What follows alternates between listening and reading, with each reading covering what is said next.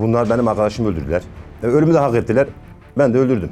İşlemiş olduğumuz cinayetler hep bu sebeplerden oldu. Yaşamak için. Rejyonlara ters düştüğüm için kendi arkadaşım beni yatakta vurdu yani. 23 yıl yattım. 23 yılda 21 cezaevi gezdim. Ya düşünebiliyor musun yani? 4 duvarın arasında 12 adımdan başka atamıyorsun. İnsan cezaevinde fareye dost olur mu, arkadaş olur mu ya? Fareyle dost arkadaş oluyorsun.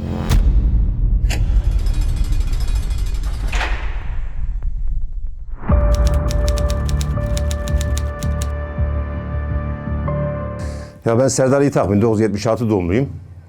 Şimdi ilk cinayetim benim, hırkızlık yaptırmak istediler. Hırkızlık çetesinin eline düşmüştük İstanbul'da. İstanbul Beyoğlu'nda. Biz bunu da daha önce yaptık ama yapmak istemedik. Yapmak istemeyince de bunlar benim arkadaşımı öldürdüler. Benim arkadaşımı öldürünce de ben bunlara kin duydum. Yaşaması gereken insanlar değildi bunlar. Ölümü hak ettiler ve ben de ölmeleri için elimden geldiği kadar mücadele verdim. Arkadaşımın intikamını aldım. Toplumun intikamını aldım. Çünkü bunlar topluma zararlı insanlardı. Hırkızlık, uyuşturucu vesaire gibi her türlü pislik bunlarda mevcuttu. Öldürdüğüm kişi ve öldürdüğüm kişilerin daha ileriki amaçları bu şekilde. Ölümü de hak ettiler. Ben de öldürdüm. 14 yaşındaydım. Benim hayatım zaten 10 yaşında, 9 yaşında sokaklarda başladı. İstanbul'un Beyoğlu sokaklarında, tarla başında. Hırkızlık çetesinin içindeydik. Zaten ben 2 yıl Kadıköy Yeldermen Çocuk Misafirhanesi'nde yurdunda da kaldım. 9 yaşından 11 yaşıma kadar. Orada kini öğrendik, öfkeyi öğrendik, sokaklarda acıyı öğrendik. İnsanın evinde kalması gereken huzuru biz sokaklarda aramaya çalıştık. Ama sokaklarda da bulamadık. Çünkü sokaklar kötüydü. Tacizciler vardı, tecavüzcüler vardı, namussuzlar vardı, bizi kullanmak isteyenler vardı. O gibi tarz insanlar bizim karşımıza çıktı, hep şerefsizler çıktı. Biz de kendimizi korumak amacıyla psikopat olmak mecburiyetindeydik. Vahşi olmak, onlar gibi davranmak mecburiyetindeydik. O şekilde biz büyüdük. O dönemlerde eski kabadayılar da vardı. Dündar Kılınç rahmetli oldu. Küt İdris. Bunlar da o Beyoğlu'nda bizlere sahip çıkmak istiyorlardı ama biz devamlı sokaklardaydık. Kendimizi savunmak için vurmak lazımdı. Öldürmek lazımdı. Biz bu şekilde büyüdük yani. Ailemle yaşamıyordum. Evden kaçıyordum ben devamlı. Dediğim gibi yani huzuru sokaklarda biz arıyorduk. Ama o dönem bilmiyorduk yani huzursuzluk, pislik, her türlü ortamın sokaklarda olduğunu bilmiyorduk yani. Biz sokaklarda büyüdük. Sokaklarda büyüdüğümüz için de tabii ki eğitimimiz zayıf. Eğitim sıfır. Bu şekilde biz büyüdük sokaklarda. İşlemiş olduğumuz cinayetler hep bu sebeplerden oldu. Yaşamak için. İkincisi yine cahilimizden belki hak etmemiştir ölümü ama o şahıs yine de mesela cahilimizin, toplumumuzun bizi yetiştirme tarzından olan bir akıştan oldu. Neticede o da öldü. Belki hak etmemiştir ama Adana'daki cinayet hak etmedi. İstanbul'daki hak etti ama diğer cinayetler. Ama Adana'daki hak etmedi. Yine toplumun bize bir eseriydi bu yani. Bir anlık olan bir olay. Şimdi bunu yaşamak lazım anlatmak için. O duyguyu hissetmek lazım. O an kendini kaybediyorsun. Ne yaptığını bilmiyorsun. Bir an saldırıyorsun. Yaşamak için, hayatta kalmak için. Sonradan öldürdüğünü hissediyorsun. O an film kopuyor yani. Ben şimdi 10 yıl cezaevinde yattıktan sonra aftan çıktım. Aftan çıktıktan sonra hayat bizleri tekrar geri cezaevine gelmeyi nasip etti. 23 yılda öyle yattım. Dışarıda fazla kalamadım yani. Toplam benim 32-33 yıl cezaevi hayatım var yani. 23 yıl yattım. 23 yılda 21 cezaevi gezdim. Tabii cezaevinin de ortamları kötü yani. Şimdi 2000 yılın önceki cezaevleriyle şimdiki cezaevlerinin ortamı bir değil yani. Eskiden bir koğuşun içinde 150-200 kişi yatıyordun. Eskiden suç potansiyeli ayrı değildi. Sapıyla, katiliyle, hırkızıyla, her türlü insanla yani cezaevinde yatıyorsun. O dönemlerin şartı çok kötüydü. Ağalar, paşalar vardı. Orada ayakta kalmak için de psikopat olmak lazımdı. Yeri geliyordu psikopat oluyorsun. Yeri geliyor. Beni bile yatakta vurdular mesela. Kendi arkadaşım beni yatağımda vurdu. Orada da yaşamak için psikopat olmak lazım. Yeri geliyor hayat seni psikopat yapıyor yani. O zaman hayatın bittiğini, dışarı filmimin bittiğini, ailemden uzak olduğunu, artık bir daha da özgürlüğe kavuşmayacağımı hissettim. Artık benim için bir film bitmişti yani. Yeni bir süreç, yeni bir cezaevi hayatı başlıyordu. İster istemez cezaevlerinde zor günlerimiz de oldu, iyi günlerimiz de oldu. Şimdi eski cezaevlerinin yaşam biçimiyle, mahkumun yaşam biçimiyle şimdiki mahkumun yaşam biçimi çok farklıdır. Dediğim gibi yani memurda da eğitim yoktu, mahkumda da eğitim yoktu, bir kültürü yoktu. O zaman cezaevi şartları pisti. Ya fare insan cezaevinde fareye dost olur mu, arkadaş olur mu ya? Fareyle dost arkadaş oluyorsun. Yani bir de dışarıdaki en kötü komşunu arıyorsun yani. Cezaevi şartları öyle yani. En kötü komşunu arıyorsun yani. Veyahut da sokak köpeğini arıyorsun yani. Cezaevi şartları çok kötü yani. Cezaevinde insanın yatacak yer değil yani.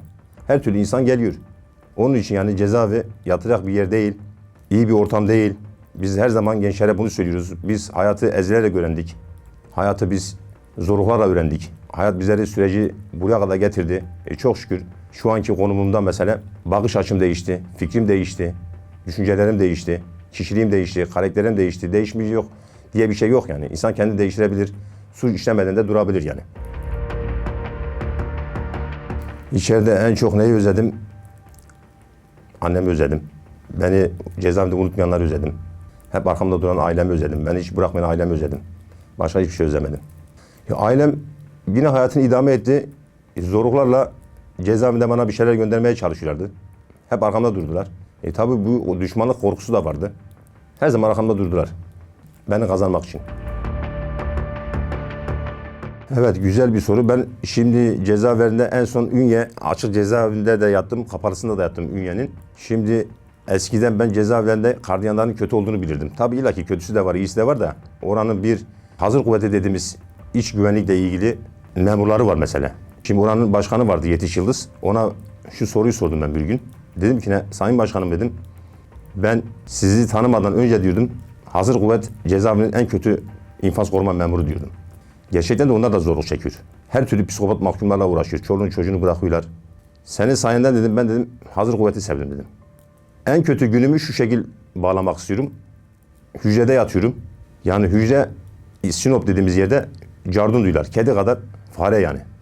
Farelere dedim ya haraç vermek mecburiyetindesin. Farelerle yatıyorsun. Tuvalet yanında. Kimse yok. Orada da en sevdiğinin öldüğün haberini duyuyorsun yani mektupta. O an kendimi kaybettim. Hücrenin içinde yumrukladım duvarları. Nenemin öldüğünü duymuştum yani mektupta. O an beni sakinleştirdiler. O an çaresiz olduğumu hissettim yani hücrede yani.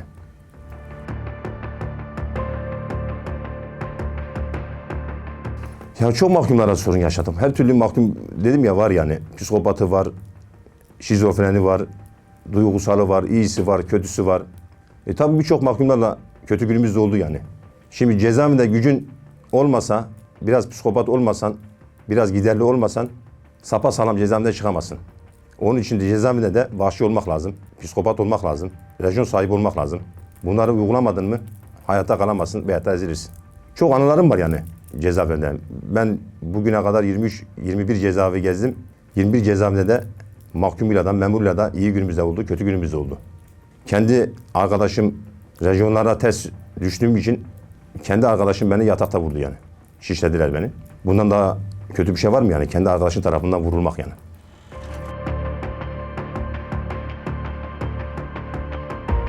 Evet, yalnızlık. Çok yalnız kalıyorsun. Çok çaresiz kalıyorsun. Ya düşünsene 10 yaşındasın ya. 10 yaşında bir çocuk, 12 yaşında bir çocuk sokakta ne yapabilir ki yani? Öldürdüğün bir insanı sen 14 yaşında sadece katil diyorlar. Ya bir sorsana kardeşim, araştırsana. Bu adamı niye öldürmüş? 14 yaşındaki çocuk bu adamı niye öldürmüş yani? Bu adam cezaevinde girmiş çıkmış, hırsızlık yaptırıyor milleti. Uyuşturucu satıyor, uyuşturucu sattırıyor. Sen ne kadar buna iyi diyebilirsin ki yani? Bu insanlar bizi kullanıyor. Sokaklarda yalnız kalıyorsun. Cezaevine düşüyorsun, cezaevinde yalnızsın. Ondan sonra suç yediğin zaman da diyorsun ki ne, bu adam katil. Cezaevinden dışarı çıkıyorsun, tekrar katil diyor. İş kurmak istiyorsun, bir işe girmek istiyorsun. Bu katil damgasını yemişin, bir iş de vermiyorlar. Herhangi bir, yani korkuyor insanlar, senden korkuyor yani ha. Çok şey hissettim ya. Şöyle dönüp cezaevine bile bakmak istemedim yani. O cezaevindeki yaşamı hayal bile kurmak istemedim artık. Yeni bir sayfa açacağım, yeni bir yol çizeceğim, yürüyüp gideceğim dedim yani. Hiç arkama bakmak istemedim. O cezaevine dönüp bakmak istemedim. Daha önceki cezaevlerinde okumuş olduğum kitaplardan, insanların yaşamından, kendi yaşamımdan bir ders çıkarttım. Kendime bir felsefe yaptım. Düşündüm. Suç işlenmeden de durabilir felsefesini kendime ilke edindim. Yeni bir kitap, yeni bir sayfa, yeni bir hayat, yeni bir yol seni bekliyor dedim. Çevremi değiştirmek istedim. İnsanları değiştirmek istedim. Eski arkadaşlarımı değiştirmek istedim. Başarmaya çalışıyorum şu anda. Onun mücadelesini veriyorum hala da. Dernekle danıştım. Filiz Sertkaya, Uluslararası Yardımlaşma Derneği.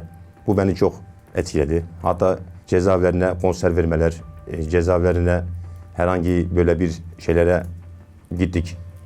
Mahkumları eğlendirdik. Kadın Karataş cezaevine gittik. Oradaki bayan mahkumları dinledik. Bir mahkum olarak, eski bir mahkum olarak. Şimdi uyuşturucuya mücadele veriyoruz. Tecavüz edilen kızlarımız var, uyuşturucuya düşüyorlar. Onlar için mücadele veriyoruz. Sokaklardayız. Bunlar gibi bir projemiz var. İnşallah faaliyete sokarsak bunlara bir yurt gibi, bir köy evi gibi yer düşünüyoruz. Planlarımızda çok şey var yani.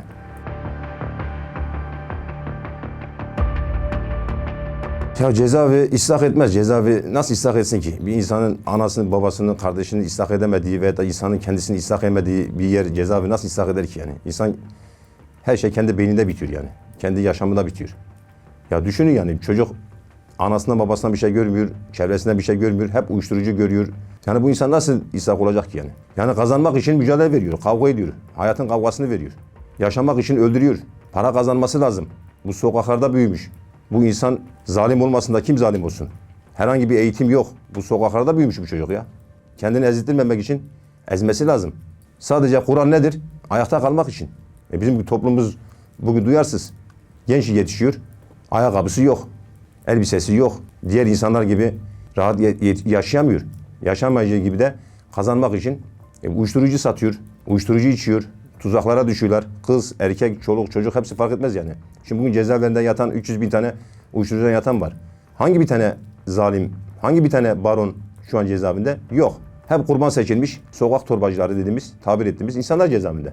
Bugün bir tane şey görebiliyor musunuz? Cezaevlerinde baron. Bir sürü baron var. Bunlar niye cezaevinde? Ben görmedim yani. Yıllardan beri yattım görmedim. Bugün cezaevlerinde o kadar cezaevine girmiş isimli insanlar var. Bir sürü para bulmuşlar. Rejyon kesmişler. Kime el atıyorlar bugüne? Kimseye el atmıyorlar. Bir cezaevlerine faydaları mı var? Yok. Bir gençliğe faydaları mı var? Yok. Sadece kullanıyorlar. Cezaevine gönderiyorlar. İşleri bitti mi de tamam. At çöpe gitsin. Ya hiç pişman değilim. İşlediğim olayların hiçbirinden pişman değilim. Sadece pişmanlığım çocukluğum, gençliğim, hayallerim, umutlarım. Her şeyimi hapsettim. Her şeyimi tutsak ettim. Yanarım onlara yanarım. Başka hiçbir şeyden yaptığım hiçbir şeyden pişman değilim ben. Pişmanlık da duymuyorum. Hak edeni öldüreceksin. Hak etmişse öldüreceksin. Bugün ufacık çocuk oluyor ya. Öldürüyorlar. 5 yaşında, 10 yaşında sosyal medyada görüyoruz yani.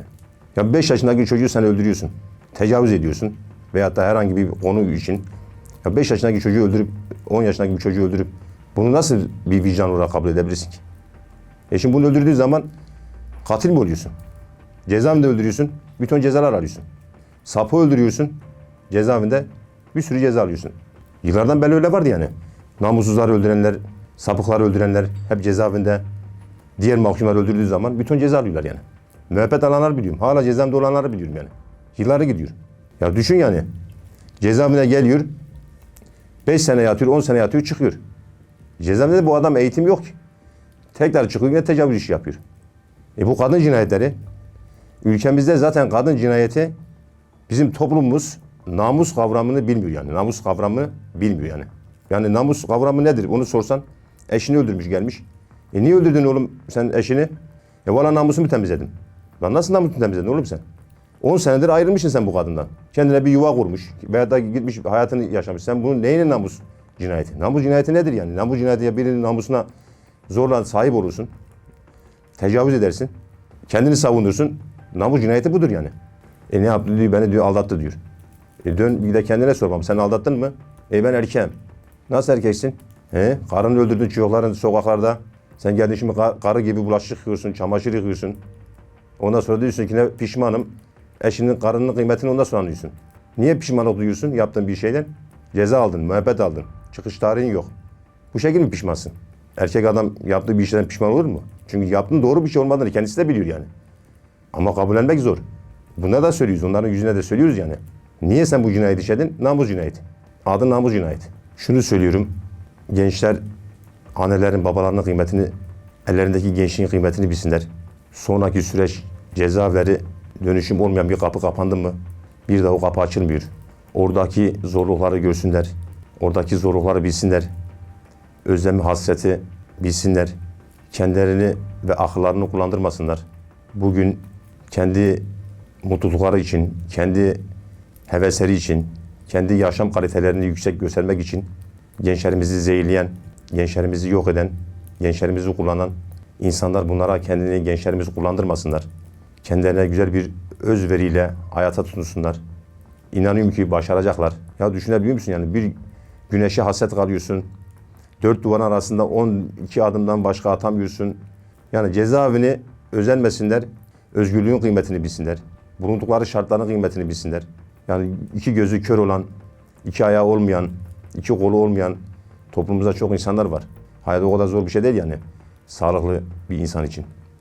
Sonradan yapılan pişmanlıklar hiç fayda etmez yani.